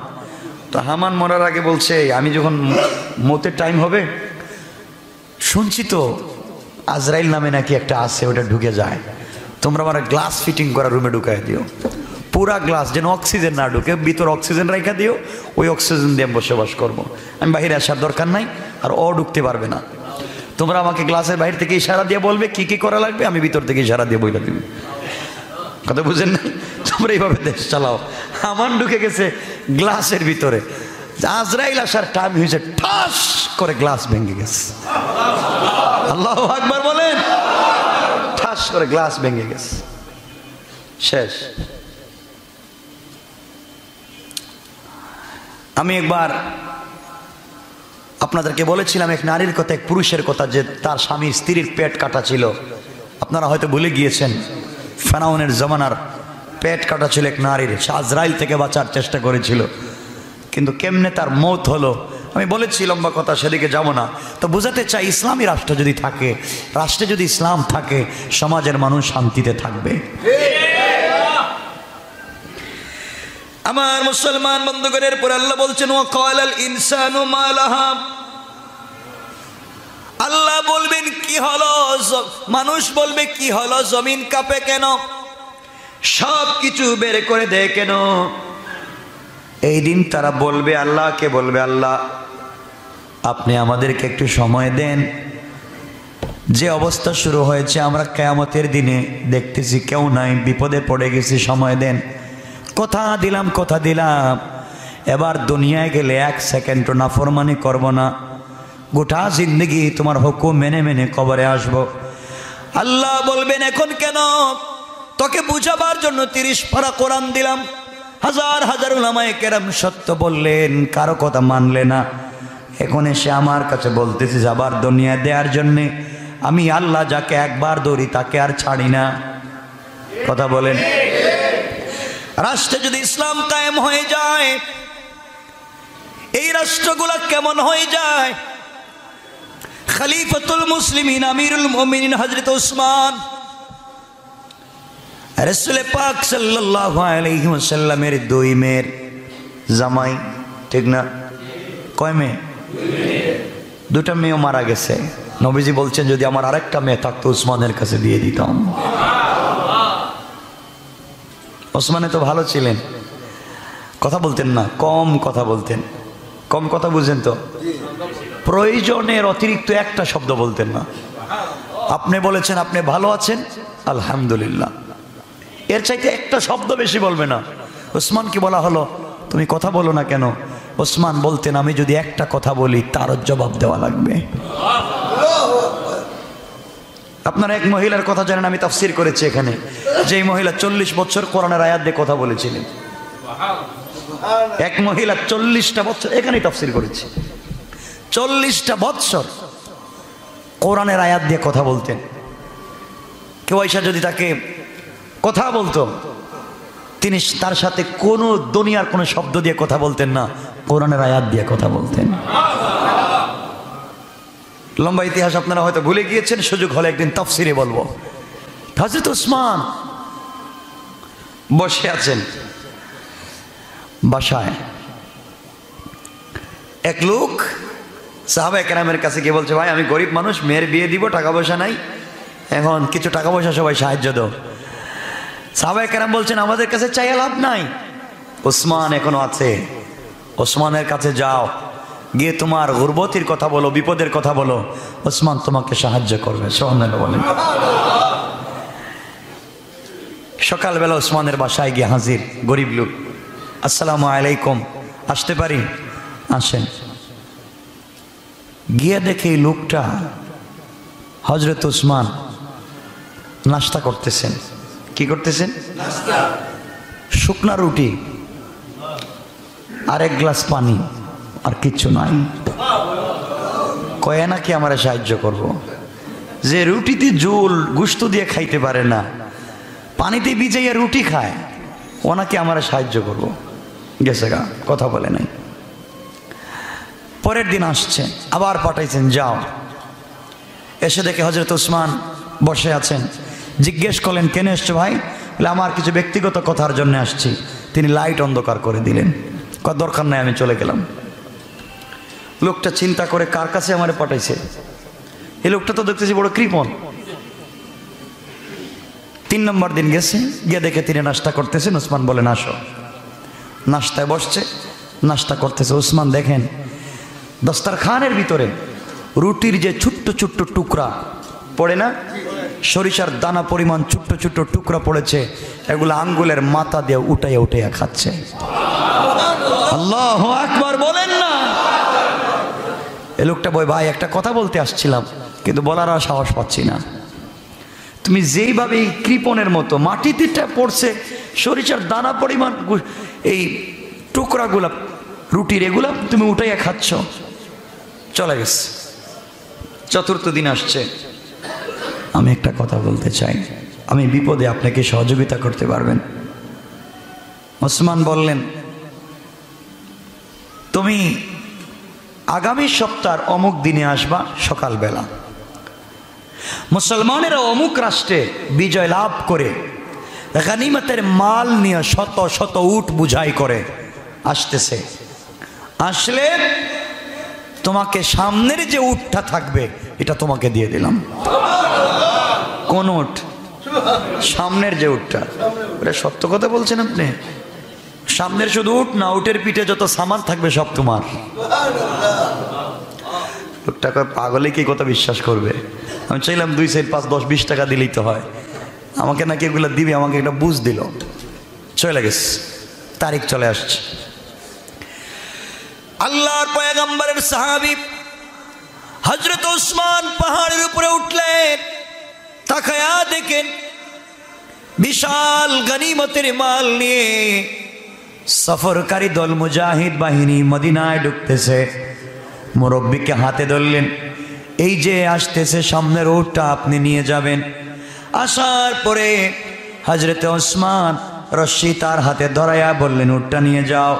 কিন্তু আপনারা জানেন উট, হাতি এবং পিপিলিকা সামনে যেটা যায় পিছনের গোলাও তার পিছনে পিছনে যায়। কথা বলেন।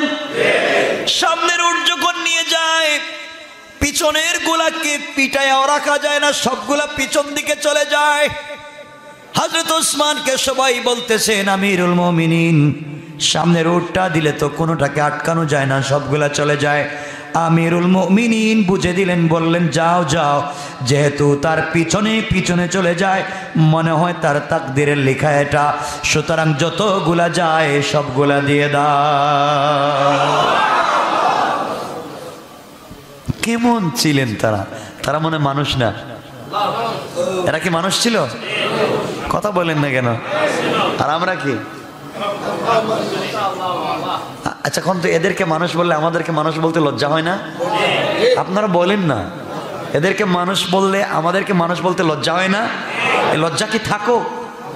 লজ্জা থাকবে? আমরা তাদের মতো হব না? সবাই বলেন না।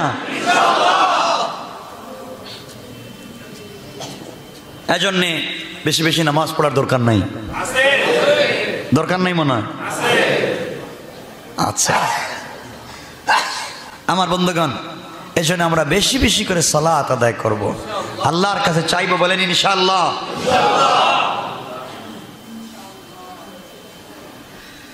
আল্লাহ রাব্বুল ইজ্জত ওয়াল জালাল বলেন ওই দিনে, কিয়ামতের দিনে ভয়াবহ হবে, সিংহায় ফুৎকার হবে, মানুষ কবর থেকে উঠবে, সব মানুষ উলঙ্গ হয়ে উঠবে, পাগলের মতো এদিক সেদিক দৌড়াবে, শুধু দৌড়াবে আর দৌড়াবে, শুধু দৌড়াবে আর দৌড়াবে। এখনো আমাদের সূর্য কোন দিকে ওঠে? কোন দিকে? কিন্তু আপনি জানেন যে একদিন পশ্চিম দিকে উঠবে? জানেন? যেদিন পশ্চিম দিকে উঠবে এই দিন কি আর তওবা কবুল হবে? তওবা কবুল হবে? এখনো তওবা করার সুযোগ আছে, এখনো তওবা করার সুযোগ আছে। সূর্য পশ্চিম দিকে উঠে নাই, এজন্য আমরা আল্লাহর কাছে তওবা করবো ইনশাআল্লাহ। কিয়ামতের মাঠ তো এমন হবে, তামা তামা, পুরো তামার মাঠ। আমরা যেখানে দাঁড়াবো এই এতটুকুনি আমাদের, ওই পায়ের জায়গা যতটুকুন এতটুকুন, পা আপনি নাড়াতে পারবেন না। যেখানে দাঁড়িয়েছেন এখানে দাঁড়াবেন, নিচে তামার জমিন। জমিন কিসের? আর আগুন কেমন গরম জানেন? 40 বছর চুলায় আগুন জ্বালালে যত গরম হয় এত গরম হবে এই তামা।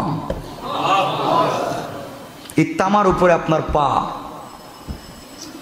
শরীর ঘাম ঝরতে ঝরতে। আপনারা জানেন যে শরীর থেকে যদি বেশি ঘাম ঝরে, বেশি পানি ঝরে, ব্লাড যায়, তাহলে হার্ট অ্যাটাক হয়, হয় না? হার্ট ব্লাড সার্কুলেশন পায় না, অ্যাটাক করে। কিন্তু কিয়ামতের দিনে এত ব্লাড, ঘাম ঝরতে ঝরতে হাঁটু পানি হবে, কোমর পানি হবে, কারো গলা পানি হবে, জিহ্বা বের হয়ে নাভি পর্যন্ত চলে আসবে, কিন্তু আপনার মৌত হবে না, আর মৌত হবে না। মানুষ দাঁড়িয়ে থাকবে কঠিন জায়গায়। সূর্য লক্ষ লক্ষ লক্ষ লক্ষ মাইল উপরে, আমাদের উপরে না? সূর্যের মুখ হচ্ছে 11টা। কয়টা? 11টা মুখ, সবগুলা মুখ উপর দিকে করা। লক্ষ লক্ষ মাইল উপরে সূর্য, 11টা মুখ, সবগুলো উপর দিকে। এরপরে আমরা গরমে বাঁচতে পারি না, ঠিক না? কিন্তু কিয়ামতের দিনে সূর্য হবে আধা হাত মাথার উপরে, এই যে আধা হাত, লক্ষ লক্ষ মাইল উপরে, এটা হবে আধা হাত। সূর্যের মুখ কোন দিকে? কিয়ামতের দিন মুখ হবে নিচের দিকে। 11টা মুখ থাকবে নিচের দিকে, থাকবে আধা হাত মাথার উপরে। আপনার আমার মগজ বাতের ফ্যানের মতো উতরাতে থাকবে, মত হবে না। কাউকে পাবেন না ওই দিন। আপনি আমি পেরেশান। এই দিনের কষ্ট কি আপনারা চান? আল্লাহ বলছেন ওই দিনও আমি কিছু মানুষকে কষ্ট দিব না, তাদেরকে এই কিয়ামতের মাঠ থেকে সরাইয়া আমার আরশে আজিমের ছায়ার নিচে জায়গা দিব, যেখানে এয়ার কন্ডিশন করা থাকবে। সুবহানাল্লাহ, কষ্ট দিব না। চিন্তা করেন তো, এই দিনের কথা একটু চিন্তা করেন। আল্লাহর কাছে আমরা আজকে চাইবো, আল্লাহ তুমি আর যাই করো, তুমি আমাদের মাইরে ফেলাও, তোমার যা মন চায় আমাদের সাথে ব্যবহার করো, কোনো আপত্তি নাই। বলতে পারবেন না? বলবেন আল্লাহ তোমার যা ভালো লাগে আমাদের সাথে করো, তুমি যা খুশি আমাদের সাথে করো, কিন্তু কিয়ামতের দিন আমলনামা বাম হাতে দিও না। কিয়ামতের দিন আমলনামা বাম হাতে দিও না। তোমার যা ভাল লাগে দুনিয়ায় আমাদের সাথে ব্যবহার করো, কারণ বাম হাতে যদি আমলনামা চলে যায় কেউ বাঁচাবে না, কেউ বাঁচাবে না। নবীরও পাইবেন না, সুপারিশ করবেন না, মা বাপকেও পাবেন না, কেউ না। বাম হাতে আমল নামা দেখবার পরে তোমাকে কেউ চিনবে না। এজন্য আল্লাহর কাছে আমরা বলবো, আল্লাহ যা করেছি সব তুমি জানো আর আমি জানি। আয় আল্লাহ, সব কিছুর জন্য তোমার কাছে মাফ চাই, তুমি সব শাস্তি দিতে পারো, কিন্তু আমল নামা বাম হাতে দিও না। পারবো না বলতে? মনে রাখবেন, আপনার বডিতে শক্তি আছে, সামর্থ্য আছে, এগুলা থাকবে না, এগুলা থাকবে না, কিচ্ছু থাকবে না, কবরে যাওয়া লাগবে। এই জন্য আল্লাহর ওয়াস্তে ভাই, আল্লাহর ওয়াস্তে আরেকটা জিনিস, 1 নম্বর আল্লাহর কাছে আমরা প্রত্যেক দিন দোয়া চাইবো যে আমল নামা যেন বাম হাতে না দেয়। কথা বলেন না, পারবেন না? আরেকটা জিনিস চাইবো, আল্লাহ তুমি আমাদের কাছে হিসাব চাইও না, হিসাব চাইও না। আপনি যত বড় নবী হন, যত বড় ওলি হন, যদি আল্লাহ হিসাব চায়, মনে করবেন আপনি বিপদে। হিসাব চাওয়া মানি আপনি বিপদে। এমন একজন মানুষ দেখেন পৃথিবীতে যিনি হিসাব দিতে পারবেন, আছে কেউ? আরে রসুল আমার নবীও বলছেন, আমি জানি আল্লাহ যদি আমাকে জিজ্ঞাসা করে আমিও হিসাব দিতে পারবো না। তুমি আর আমি কে? এই জন্য আল্লাহর কাছে আমাদের চাওয়া, আল্লাহ আমাদের কাছে হিসাব চাইও না, আমল নামা বাম হাতে দিও না। সবাই পড়েন আমিন।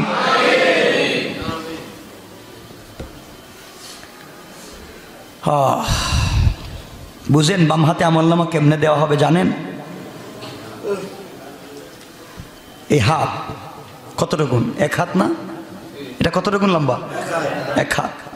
এই হাতকে ফেরেশতারা টানবেন, টানতে টানতে চামড়া সব লম্বা করে ফেলাইবেন। আপনি খুব শান্তিতে না টানবেন তো আপনার কলিজা ছিঁড়ে আওয়াজ আসবে। তাই না, এই হাতকে ইচ্ছা করে বুকটা ফাইড়া বুকের ভিতর দিকে ঢুকায় দিবে, ঢুকায় এই হাতকে পিছন দিকে নিবে, নিয়ে বলবে এই আমল নামা হাতে নে, এখন আমল নামা হাতে নে, এখন পড়। একদিকে হাতের ব্যথা, অপরদিকে কলিজা ছেঁড়া, কলিজা ছিদ্র হওয়া ব্যথা, অপরদিকে পিছন দিকে হাত। আমল নামা পড়ার কোনো সুযোগ আছে? আল্লাহর কাছে ফেরেশতারা বলবে, আল্লাহ ওর হাত পিছন দিকে, মুখ সামন দিকে, তুমি বলো কেমনে করব? ওর আমল নামাকে আমরা আইনা দিব? আল্লাহ কয় না, ওর সাথে কোনো কথা নাই, ওর ঘাড় পিছন দিকে মোটকায়া দে। ঘাড় পিছন দিকে করা হবে। কি বুঝছেন? শুধু কার চিনলেন তো? আল্লাহ রহমান, আল্লাহর নাম কাহার, আল্লাহর নাম কাহার, আল্লাহর নাম জব্বার। আল্লাহ বলছেন আমার যত দয়া আছে এমন আমি শক্ত, কাউকে ধরে ফেললে আর কথা বলবো না। হাত ভেঙ্গে যখন বুকের ভিতরে ঢুকায় দেয়া হবে, হাতের ব্যথা বুঝতেছেন? এরপরে বলা হবে পড়, ঘাড় মটকায় দেয়া হবে।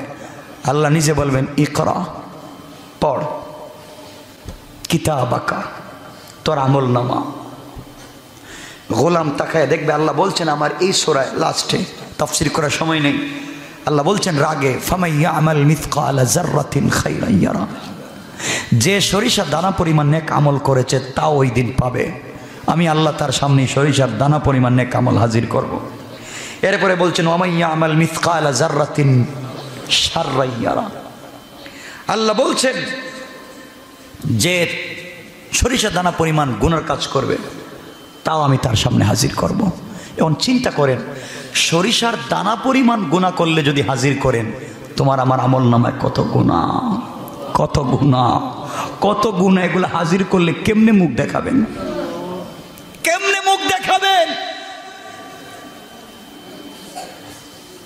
আল্লাহ বলবেন ইকরা কিতাবাকা কাফা বিনফসিকা আল-ইয়াওমা আলাইকা হাসিবা। কেউ নাই, কেউ থাকবে না, কসম আল্লাহর। কেউ আপনাকে, আপনার ছেলে দেখবে আপনার হাত ভাঙ্গা, বুকের ভিতর দিয়ে পিছন দিকে ছেলে চলে যাবে, স্ত্রী চলে যাবে, মা বাপ চলে যাবে, অথচ আপনি দুনিয়ায় কেউ বিপদে পড়লে কেউ একটা থাপ্পড় দিলে সবাই হাজির, মারলে কেন কিন্তু ওই জায়গায় কেউ দেখবে না। এই জন্য আল্লাহর কাছে চাইবো, আল্লাহ যেন আমাদেরকে হেফাজত করেন। আমিন পড়েন আমিন। আল্লাহর কাছে চাইবো, আল্লাহ তুমি আমাদেরকে তো আল্লাহর ওয়াস্তে তোমার কুদরতের পায়ে ধরি, আমাদের হিসাব চাইও না, বাম হাতে আমল নামা দিও না। যাদের বাম হাতে আমল নামা দেওয়া হবে আল্লাহ বলবেন সামনের দিকে হাঁট। গোলাম তো সামনের দিকে হাঁটবে, কিন্তু চোখ থাকবে পিছন দিকে, হাত থাকবে পিছন দিকে। কোন তো এভাবে কোনো মানুষ কি হাঁটতে পারে? পিছন দিকে চেহারা, আল্লাহ বলবেন এদিকে হাঁট। হাঁটতে যখন পারবে না, পড়ে যাবে, আল্লাহ ফেরেশতাদেরকে বলবেন খুদু ফাগুল্লু সুম্মাল জাহিমা সাল্লু। এরে ধরো, এরে পাকড়াও করো, আর হাতে পায়ে বেড়ি লাগাও, হাতে পায়ে লোহার শিকল লাগাও, আর টেনে হেঁচড়ে ওর চামড়া যেন ছিলে যায়। কিয়ামত মতে টাইনা টাইনা তোমরা নিয়ে যাও পুলসিরাতের ঘাটে। পুলসিরাতে নেওয়ার পরে বলবেন পারো। মানে আপনি তাকাইতেছেন পিছন দিকে, হাঁটতে হবে সামনের দিকে। বলেন ভাই পার হওয়া যাবে? পার হওয়া যাবে? কেমনে সে আল্লাহকে ভুলে যাও? কোনো পথ নাই, এই দিন কোনো পথ নাই বাঁচার। এই দিনের ভয়াবহতা থেকে আল্লাহ আমাদেরকে বাঁচাক। সবাই দিল থেকে পড়ে না আমিন। আপনারা সবাই নামাজি হন, মা বোনদেরকে বলবেন, আমার মায়েদেরকে বোনদেরকে বাসায় গিয়ে বলবেন খাবার 1 ঘন্টা পরে হলেও খেতে পারবেন। নামাজ পড়ে আপনি রান্না করেন, পারবেন না? নামাজ পড়েন, আপনি রান্না করেন। আপনি ঘরে গিয়ে বলবেন আমি 1 ঘন্টা পরে নাস্তা করলে হবে, তুমি আগে নামাজ আদায় করো। একটা রুটিন বলে দিবেন, তুমি এই টাইমে কোরআন তিলাওয়াত করো, তুমি এই টাইমে জিকির করো, এই টাইমে এই করো, কিন্তু টাইম টু টাইম সব করো। আমার 1 ঘন্টা পরে খাবার হলে চলবে, সব চলবে, কিন্তু আমিও চাই না তুমি মরে কবরে জাহান্নামে যাও, আমিও জাহান্নামে যাই। এই জন্য সবাই যেন আল্লাহকে চিনতে পারে। ইনশাল্লাহ বলেন, ইনশাল্লাহ। এই জন্য ঘরে বলবেন 1/2 ঘন্টা দেরি হোক, কিন্তু নামাজ পড়ো। পারবেন না? পারবেন না সবাই? এই কাজটা শুরু করেন। পারেন যদি একটা কাজ করেন না, এখানে ম্যাক্সিমাম লোক সকালবেলা আপনারা ঘুমান, ঘুমান না? প্রয়োজন থাকতে পারে, কিন্তু প্রয়োজনের পরে ঘুমানোর দরকার নাই। আর ঘুমাইতে চাইলে ঘুমান, 1/2 ঘন্টা কোরআন শরীফ তেলাওয়াত করে ঘুমান। আপনারা সকালবেলা 1/2 ঘন্টা কোরআন শরীফ পড়েন। ফজরের আগে ওইটা কেমন জানি আমরা হয়ে গেছি, জুতা খুলতেও পারি না, আমাদের অভ্যাস খারাপ হয়ে গেছে। ফজরের আগে 1/2 ঘন্টা জুতা ছাড়া হাঁটবেন। জুতা ছাড়া, এখন তো ঠান্ডার দিন পারবেন না, জুতা ছাড়া আপনি হাঁটবেন, আপনার হায়াত বাড়াইয়া দিবেন আল্লাহ। জুতা ছাড়া হাঁটবেন। রাসূল পাক বলেছেন, আত-তিব্বুন নববী, ইমাম ইবনুল কাইয়িমের লেখা একটা বই, রাসূলের চিকিৎসা বিজ্ঞান, এখানে লিখেছেন কেউ যদি ফজরের আগে সুবহে সাদেকের সময় গায়ের মধ্যে পাতলা কাপড়, মানে টিস্যু কাপড়, যাকে বলে সুতি কাপড়, এগুলো পরা থাকে, মাথাটা খোলা, পাটা খোলা, সাদা সবুজ ঘাসের উপর দিয়ে যদি হেঁটে যায়, 97.9% রোগ আল্লাহ মুক্ত করে দেয়। কেন? ওই সময় একটা বাতাস, যে বাতাসটা শরীরে লাগে, এই বাতাস দুনিয়ার নয়, এটা জান্নাতুল ফিরদাউস থেকে ছেড়ে দেওয়া বাতাস। এই বাতাস যদি লেগে যায় শরীরে, আল্লাহ তোমার বডিকে সুস্থ করে দিবেন। বলেন আমিন। আল্লাহ আমাদের কবুল করো। আজকের তাফসিরে আসবেন না ইনশাআল্লাহ? সবাই আসবেন।